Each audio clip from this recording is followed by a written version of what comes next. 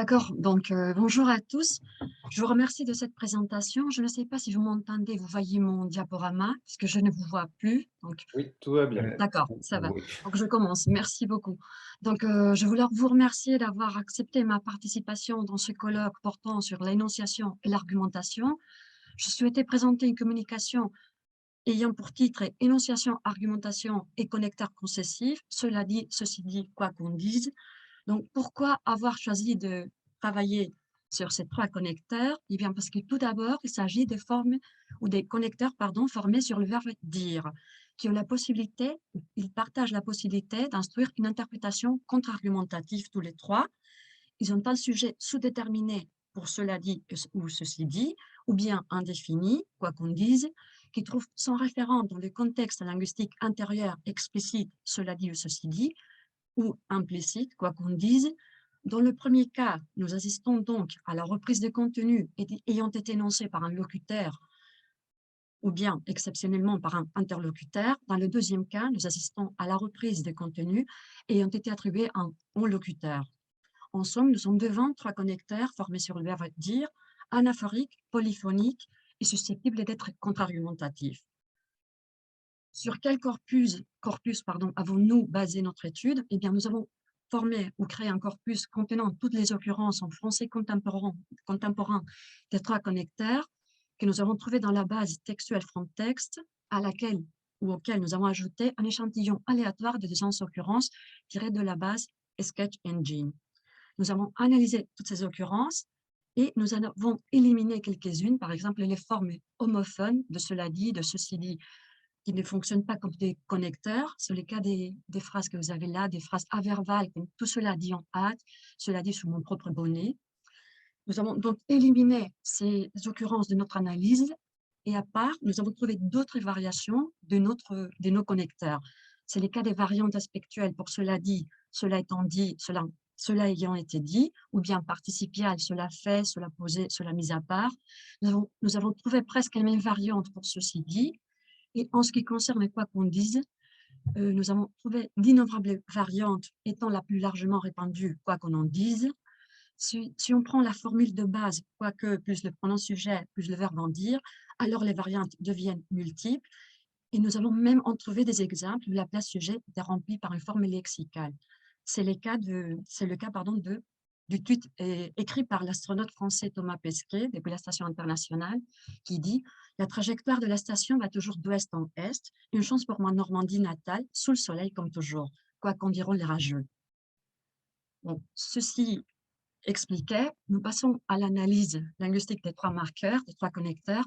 Et je vous présente là un mini corpus du marqueur ou du connecteur, cela dit. Je ne lirai que le premier des exemples parce que plus tard, nous allons analyser d'autres exemples. Donc, la pièce se déroule exactement au moment où il se joue. C'est une voiture de pompiers qui passe dans la rue à ce moment-là.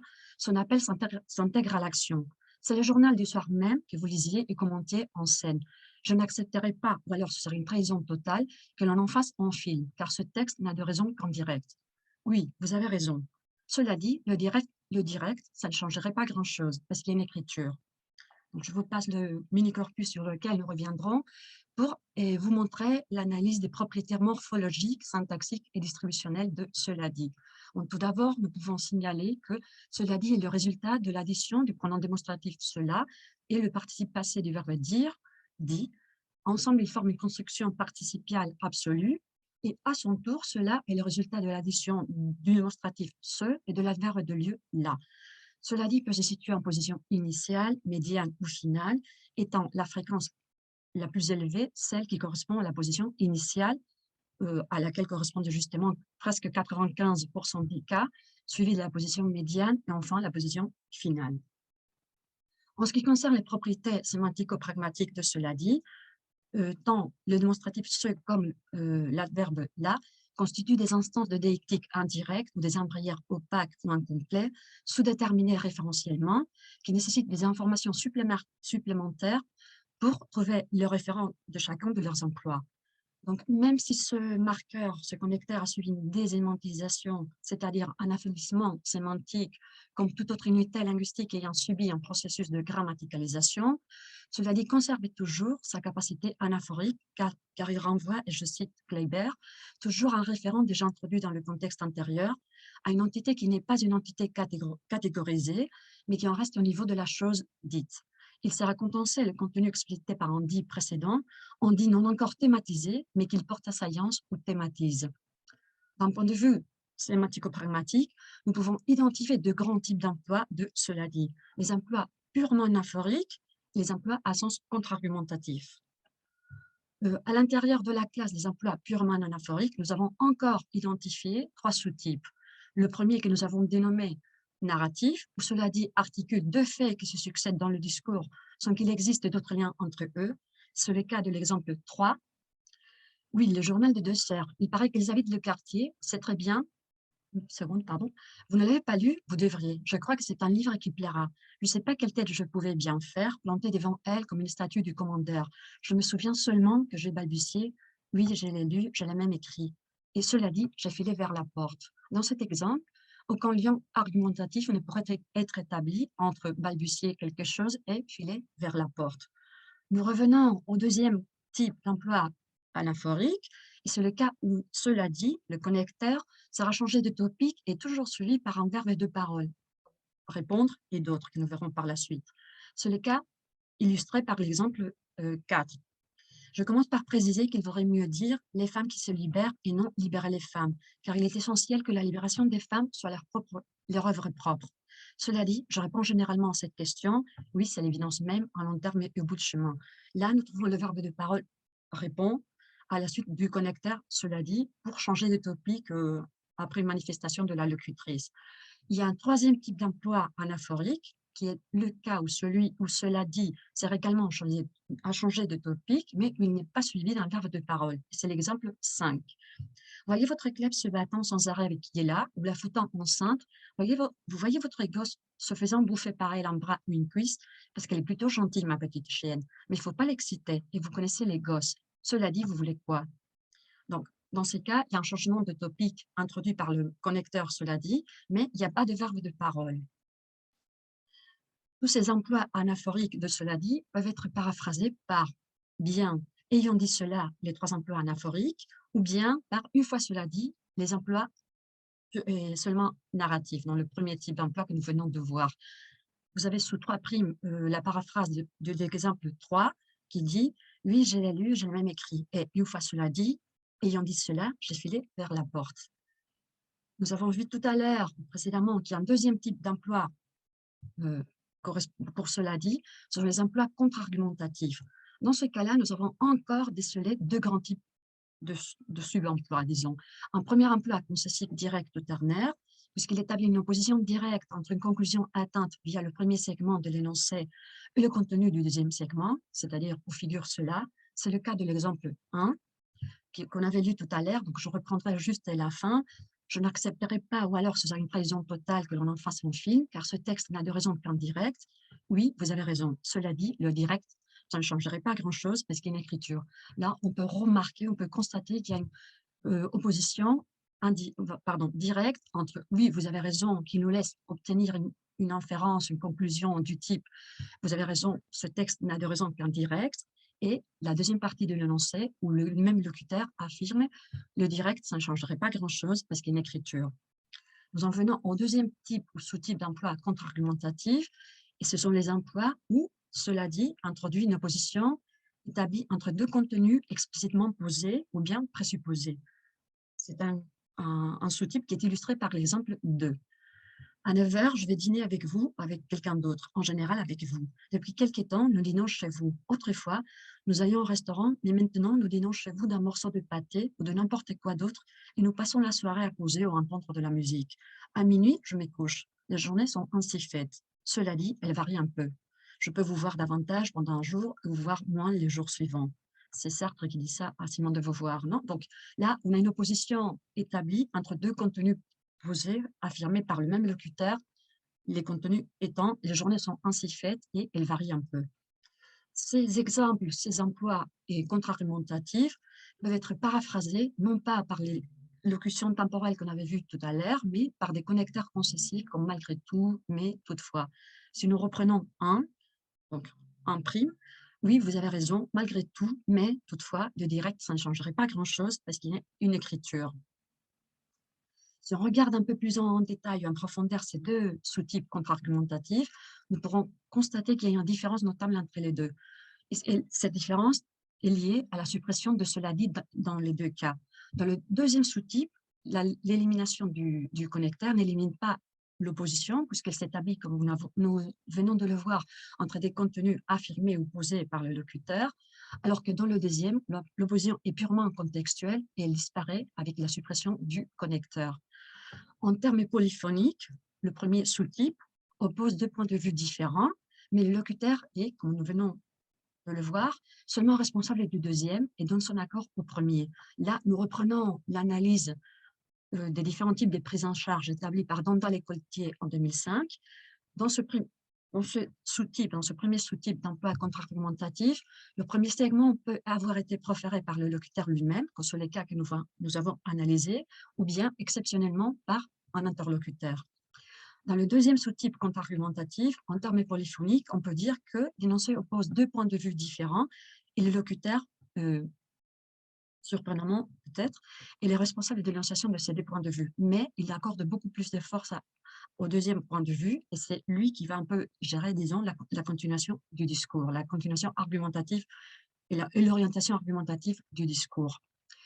Voilà pour ce qui est de l'analyse de cela dit. Nous passons à l'analyse de ceci dit, qui présente des propriétés assez proches de cela dit, et nous verrons également quelles en sont les différences.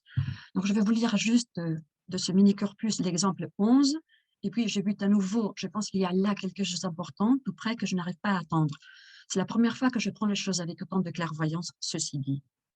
Donc, comme je vous disais, les propriétés morphologiques, syntaxiques et distributionnelles de ceci dit sont assez proches de celles de cela dit vu tout à l'heure. Ceci dit est un pronom et le résultat de l'addition d'un pronom démonstratif, ceci, et du participe passé du verbe dire. Ceci à son tour est le résultat de l'addition du démonstratif ce et de l'adverbe de lieu ici. Il peut se situer en position initiale, comme cela dit avant, en position médiane ou bien en position finale. Nous avons même trouvé un exemple où ceci dit se situe en position absolue. En ce qui concerne les fréquences, elles sont très proches de celles qu'on avait eues pour cela dit tout à l'heure, avec une différence. Donc, la position initiale reste largement majoritaire, mais elle est suivie de la position finale et non pas de la position médiane, où c'était le cas de cela dit. Enfin, en quatrième lieu, arrive la position absolue qui ne connaît qu'une seule occurrence. En ce qui concerne les propriétés sémantiques, nous avons identifié les mêmes deux grands emplois, donc les emplois purement anaphoriques, les emplois contre-argumentatifs. Dans le premier cas, nous avons également décelé trois sous-types. L'emploi narratif, ceci dit, articule deux faits qui se succèdent dans le discours sans qu'il existe d'autres liens entre eux. C'est le cas de l'exemple 12. Cela faisait 2 matins que le soleil, mon amant, n'était pas venu me voir à Constantiople pleurnichard. Mais voilà que ce matin, il brille de nouveau au-dessus de nous, qu'il porte un toast de nouveau. C'est ça que j'appelle un soleillonnette. Ceci dit, je tends mes jambes dans le lit. Le deuxième type était celui où ceci dit sert à changer de topic et est toujours suivi par un verbe de parole. Des verbes comme passer la parole, ajouter, répéter, dire, se demander, etc. Nous illustrerons ces sous-emplois par l'exemple 13. C'est la tâche, vous le savez, à laquelle je me suis avec d'autres attachée depuis la fin du grand drame de la guerre. De même que dans les jours les plus sombres jadis, je croyais que nous gagnerions. Aujourd'hui, je suis convaincue que nous aboutirons. Ceci dit, mesdames et messieurs, je vous passe la parole que j'ai prise d'abord en vous demandant de me poser les questions que vous conviendront. C'est le général de Gaulle qui a prononcé ce discours à la suite de la fin de la Deuxième Guerre mondiale. Le troisième sous-emploi anaphorique est celui où ceci dit sert à changer de topic, mais il n'y a pas de verbe de parole. 14. Je viens de la voir, non, je l'ai eu il y a 1 heure et j'essayais de travailler sur mon opéra, mon récitatif. Mon Dieu, je crois que j'ai jamais eu aussi peur de ma vie. C'est comme un cauchemar ce truc. Alors, ceci dit, je croyais que c'était déjà réglé ces histoires de billets. Qu'est-ce qu'on part donc ensemble? Comme tout à l'heure pour cela dit, Ces exemples, ces emplois anaphoriques de ceci dit sont paraphrasables par une fois ceci dit les emplois narratifs, donc le premier sous-type, ou bien par ayant dit ceci, les trois emplois anaphoriques. Le deuxième grand type d'emploi que connaît ceci dit sont les emplois contre-argumentatifs. Nous avons à nouveau un emploi concessif direct ou ternaire qui est avec une opposition directe entre une conclusion attente via le premier segment de l'énoncé et le contenu du deuxième segment de l'énoncé. C'est le cas de l'exemple 10. Vendredi 31 octobre 1986, Paris, Montparnasse, 14 heures, il pleut, et terminé dernier remords avant l'oubli. Ce n'est pas l'affaire du siècle, ceci dit, soyons honnêtes, j'en suis pas trop mécontent là à la lecture, relecture. Donc là, comme tout à l'heure pour cela dit, pour l'exemple analysé de cela dit, nous pouvons voir qu'il y a une opposition directement établie entre la conclusion que l'on peut tirer de la première partie de l'énoncé prononcé par le locuteur, donc ce n'est pas l'affaire du siècle, nous mènerait à une conclusion du type je n'en suis pas très content, alors que dans la deuxième partie de l'énoncé, le même locuteur affirme, pardon, je, je suis pas, pardon, donc la conclusion serait ce n'est pas l'affaire du siècle, nous mènerait à une conclusion, je n'en suis pas très content, alors que dans la deuxième partie, le locuteur affirme je ne suis pas trop mécontent, donc le contraire. Le deuxième type d'emploi contre-argumentatif de ceci dit est celui où l'opposition s'établit entre deux contenus explicitement posés. C'est le cas de 11 que nous avions lu tout à l'heure. Donc, je bute à nouveau, je pense qu'il y a quelque chose là d'important, tout près que je n'arrive pas à atteindre. Ceci dit, c'est la première fois que je prends les choses avec autant de clairvoyance. Donc, il y a une contradiction, une opposition très claire et très nette entre il y a quelque chose là que je n'arrive pas à attendre et c'est pourtant la première fois que je vois les choses avec autant de clairvoyance. Donc, vous venez de le constater, ces deux emplois, ces deux sous-emplois sont paraphrasables par des connecteurs concessifs, disons classiques, non? Comme malgré tout, mais, toutefois, etc. Si nous venons de proposer ces deux analyses de cela dit et de ceci dit, nous pouvons alors nous poser la question si, outre les divergences mineures existantes entre ces deux marqueurs, s'ils connaissent d'autres différences importantes ou si à la fin, à la limite, ils sont interchangeables. Pour élucider ou pour répondre à cette question, nous avons eu recours à l'analyse d'Annel des formes de base, les formes démonstratives de base, cela et ceci, et d'après Daniel 1990, cela représenterait la forme non marquée et ceci la forme marquée. Nous avons corroboré cette hypothèse à l'aide des données fournies par l'application Ngram Viewer qui montre une fréquence beaucoup plus élevée de 1800 à 2019 pour cela dit que pour ceci dit. Donc, l'hypothèse de Daniel a été étayée par ces données informatiques. Et nous avons ensuite posé la question quelle serait encore la différence entre ceci dit et cela dit, à part la fréquence. Dans ce cas-là, nous avons eu recours à l'analyse sémantico-pragmatique de Smith 95 des diéctiques ici, là et là-bas, qui dit entre les moyens français, c'est une analyse un peu diachronique, entre les moyens français, ou peut-être même le français classique et la langue contemporaine, il y a eu évolution de la valeur fondamentale de ici, qui est passée de plus proche à plus locuteur. Une fois que ici exprime l'engagement du locuteur, là exprimera le contraire. Ce qui détermine le rapport entre les deux termes ne serait plus le trait plus ou moins proche, mais plutôt le trait plus ou moins locuteur. Ce qui est valable pour ici, là et là-bas, est également valable pour les formes dérivées. Donc, voici, voilà, cela dit, ceci dit. Non? Nous en venons enfin à l'analyse de notre troisième connecteur, quoi qu'on dise, qui est un connecteur qui présente des convergences et des divergences notables avec les deux marqueurs ou les deux connecteurs précédents. Vous avez également ici un mini-corpus. J'en lirai juste le premier exemple, l'exemple numéro 16.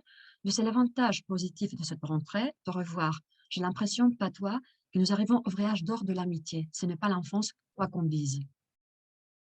Donc, en ce qui concerne les propriétés morphologiques, syntaxiques et distributionnelles, nous pouvons dire que, quoi qu'on dise, est le résultat de l'addition d'un pronom indéfini, quoi, une proposition relative à son tour formée ou intégrée par un pronom sujet indéfini on et la troisième personne du singulier du présent du subjonctif du verbe dire, disent. Dans le cadre de la syntaxe du français moderne, ces types de constructions ont été considérés par Souter, entre autres, des constructions concessives extensionnelles non scalaires. Et si on en vient à l'analyse plus détaillée des éléments qui intègrent ce type de construction, nous pouvons dire, par exemple, à propos de quoi, et là nous reprenons les paroles ou les mots pardon, de Morel, quoi induit l'idée d'un tirage aléatoire effectué au sein d'une classe référentielle où l'on peut sélectionner n'importe lequel des éléments de la classe, face à qui, par exemple, quoi apporte le trait non animé ou plus abstrait. Le mot subjonctif est toujours obligatoire dans ce type de construction. Donc, nous savons à notre tour, nous sommes tournés vers l'analyse du subjonctif, et là, nous avons repris les paroles de deux auteurs, de Rigel, et Ali et sa grammaire, et de Donner. Donc, Rigel dit par rapport au subjonctif qu'il met l'accent sur le jeu des possibles et la sélection qui s'opère, et à son tour, Donner, 2003, signale que le subjonctif instaure un débat à l'état pur, car il convoque simultanément deux points de vue, exige la présence d'unités linguistiques qu'elle appelle sélecteurs, dont la signification instruit la résolution d'un débat et la présence obligatoire d'une unité qui est un marqueur de polyphonie. Donc la définition, comme vous le voyez, de Donner est posée en termes polyphoniques. En ce qui concerne la distribution du connecteur, quoi qu'on dise, nous pouvons constater que la fréquence la plus élevée est celle qui correspond à la position médiane.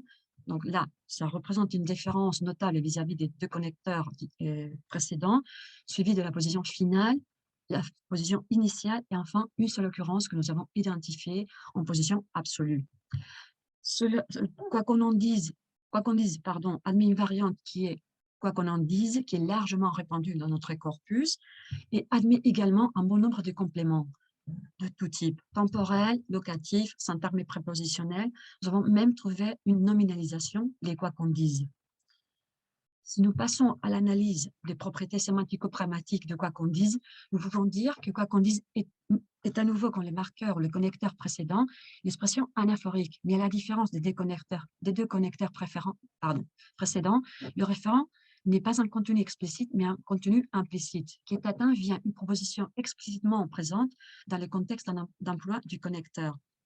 Quoi qu'on dise, met toujours en place une stratégie discursive de type concessif direct du ternaire, car il instruit une opposition directe entre un contenu implicite, extrait du segment où il figure, et un contenu situé dans notre segment de l'énoncé. C'est le cas de l'exemple 16, par exemple. Donc, le seul avantage positif de cette rentrée, de revoir, j'ai l'impression, pas toi, que nous arrivons au vrai âge d'or de l'amitié. Ce n'est pas l'enfance, quoi qu'on dise. Donc, dans ce cas-là, nous pouvons tirer à partir du marqueur et par rapport à ce qui a été dit précédemment, une conclusion, quoi qu'on dise, l'âge d'or de l'âge d'or de l'amitié pour être l'enfance. Et le locuteur continue en affirmant ce n'est pas l'enfance. En termes polyphoniques, l'analyse est particulièrement intéressante parce que quoi qu'on dise peut actualiser plusieurs points de vue de à minima qui vont toujours s'opposer à un point de vue exprimé comme nous venons de le voir dans notre segment de l'énoncé. Le locuteur va toujours être le responsable de ce deuxième point de vue et ne va pas prendre en charge le premier. Qui donc est le responsable de ce premier point de vue? Pour répondre à cette question, nous faisons appel à la notion de on locuteur de Bérandonnet 91. D'après Bérandonnet, le on locuteur peut référer à n'importe quel ensemble d'individus parlant de manière parfaitement indéterminée. Cette communauté linguistique que constitue le on locuteur constitue également la source du contenu implicite et par conséquent du point de vue associé que le locuteur de l'énoncé ne prend pas en charge. Donc, je vais conclure déjà. Nous avons souhaité vous présenter ici l'analyse un peu succincte, si vous voulez, de trois connecteurs qui ont un lien assez étroit avec l'énonciation et l'argumentation, parce qu'il s'agit de trois connecteurs formés sur le verbe dire, anaphorique et polyphonique, et ayant la possibilité d'engendrer une interprétation concessive directe, comme nous l'avons vu. Nous pouvons dire que même si les connecteurs, ceci dit, présentent d'autres emplois et sous-emplois, et on peut considérer l'interprétation concessive directe ou ternaire comme leur valeur prototypique, ainsi que pour quoi qu'on dise, parce qu'en termes de saillance ou de fréquence est celle qui ressort de façon la plus importante. Voilà pour ce qui est des convergences entre ces trois marqueurs. En ce qui concerne les divergences, nous avons constaté qu'ils connaissent des divergences morphologiques concernant les éléments de base combinatoires avec d'autres marqueurs. Ils peuvent se combiner avec d'autres marqueurs, cela dit, ceci, où ils admettent des compléments, quoi qu'on dise. Distributionnel, il y a une nette préférence de chaque marqueur pour une position en particulier. Anaphorique, donc cela dit et ceci dit, met en place une anaphore résumptive ou conceptuelle dans la dénomination de Maillard, alors que, quoi qu'on dise, met en place un effort inférentiel. Il y a encore des différences sémantiques, puisque plusieurs emplois, sous-emplois sont mis en place par cela dit et ceci dit, alors que quoi qu'on dise ne connaît qu'un seul emploi. Et enfin, on a vu également qu'ils connaissent des différences polyphoniques. Donc, je m'arrête là déjà et je vous remercie pour votre attention.